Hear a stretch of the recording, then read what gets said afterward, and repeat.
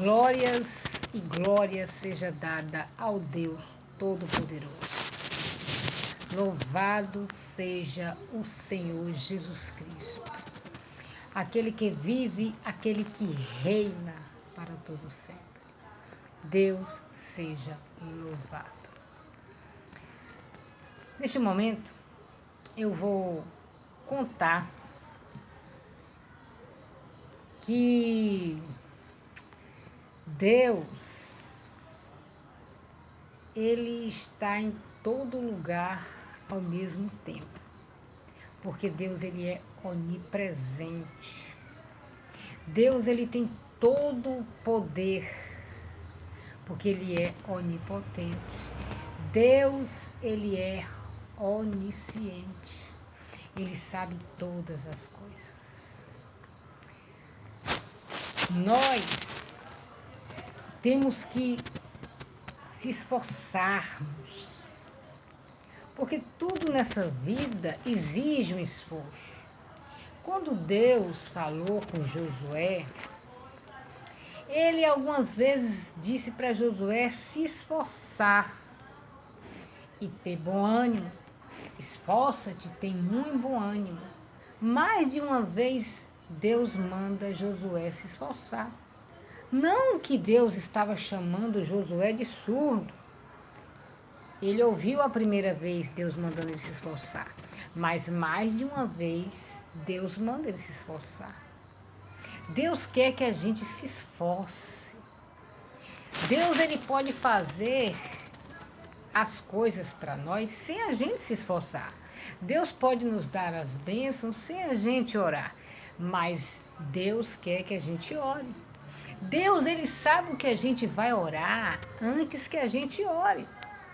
Quando a Bíblia diz, quando orar, não seja como os hipócritas. Quando a Bíblia diz, é porque o hipócrita, ele ora para se aparecer. Ele ora uma oração falsa. Deus não quer uma oração falsa. Deus quer uma oração sincera, uma oração de fé. Porque a oração do justo, diz a Bíblia, pode muito ter seus efeitos. Louvado seja Deus. Deus, quando a Bíblia diz, não ore como os gentios que repetem, pensam que serão ouvidos, aí não está proibindo em si a repetição, mas sim a falta de conhecimento da onisciência de Deus. Porque esse mesmo texto diz, porque Deus sabe o que vai pedir antes que peças.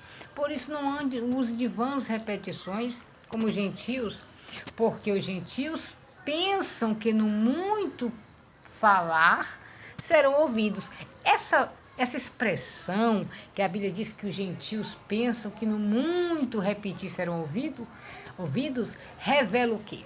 Revela a falta de conhecimento da onisciência de Deus. Porque uma pessoa que ora repetindo com o pensamento que no repetir vai ser ouvido por Deus, essa pessoa não tem conhecimento da onisciência de Deus.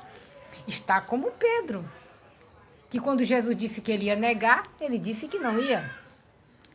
E quando ele negou, ele reconheceu a onisciência de Cristo. E quando Cristo falou, tu me amas, Pedro, por 3 vezes, apacenta minhas ovelhas, Pedro disse, Senhor, tu sabe todas as coisas, tu sabe que eu te amo. Essa expressão de Pedro, Senhor, tu sabe todas as coisas, tu sabe que eu te amo, revelou que Pedro aprendeu sobre a onisciência de Jesus Cristo. Pedro não sabia que Jesus era onisciente, porque se soubesse não dizia que não ia acontecer, quando Jesus disse que o galho ia cantar, ou que ele ia negar, e depois o galho ia cantar. Mas Pedro aprendeu sobre a onisciência de Jesus. Então, quando a Bíblia diz, quando orares, não seja como os gentios que repetem, a Bíblia não está proibindo você repetir. Não. Você tem que ver que o texto continua dizendo que oram repetindo porque pensam que no muito repetir serão ouvidos. A Bíblia aí está falando sobre a falta de conhecimento da onisciência de Deus, sobre a falta de exaltar a Deus. Porque um ser, uma pessoa que repete para Deus ouvir, pensa que no repetir será ouvido, essa pessoa não tem Deus como um todo-poderoso. Porque Deus é onisciente, antes que a gente peça, Ele já sabe o que a gente vai pedir, mas nem por isso nós não vamos deixar de pedir, porque Deus quer dialogar conosco, conversar conosco e quer que a gente converse com Ele.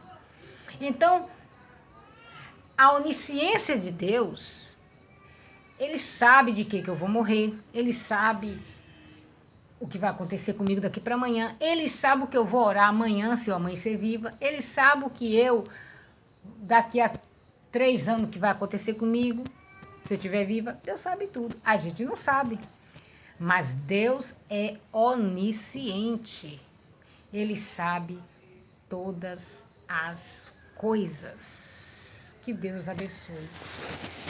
Amém.